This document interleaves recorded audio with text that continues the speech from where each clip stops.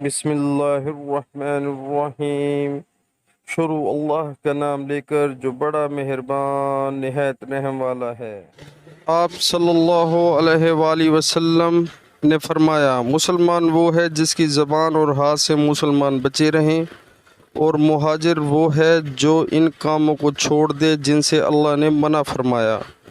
ابو عبداللہ امام بخاری رحمۃ اللہ نے فرمایا، اور ابو معاویہ نے کہ ہم کو حدیث بیان کی داؤد بن ابی ہند نے، انہوں نے روایت کی عامر شبی سے، انہوں نے کہا کہ میں نے سنا عبداللہ بن عمر بن عاص سے، وہ حدیث بیان کرتے ہیں جناب نبی کریم صلی اللہ علیہ وآلہ وسلم سے وہی مذکورہ حدیث، اور کہا کہ عبد اعلیٰ نے روایت کیا داؤد سے، انہوں نے عامر سے، انہوں نے عبداللہ بن عمر بن عاص سے، انہوں نے نبی کریم صلی اللہ علیہ وآلہ وسلم سے۔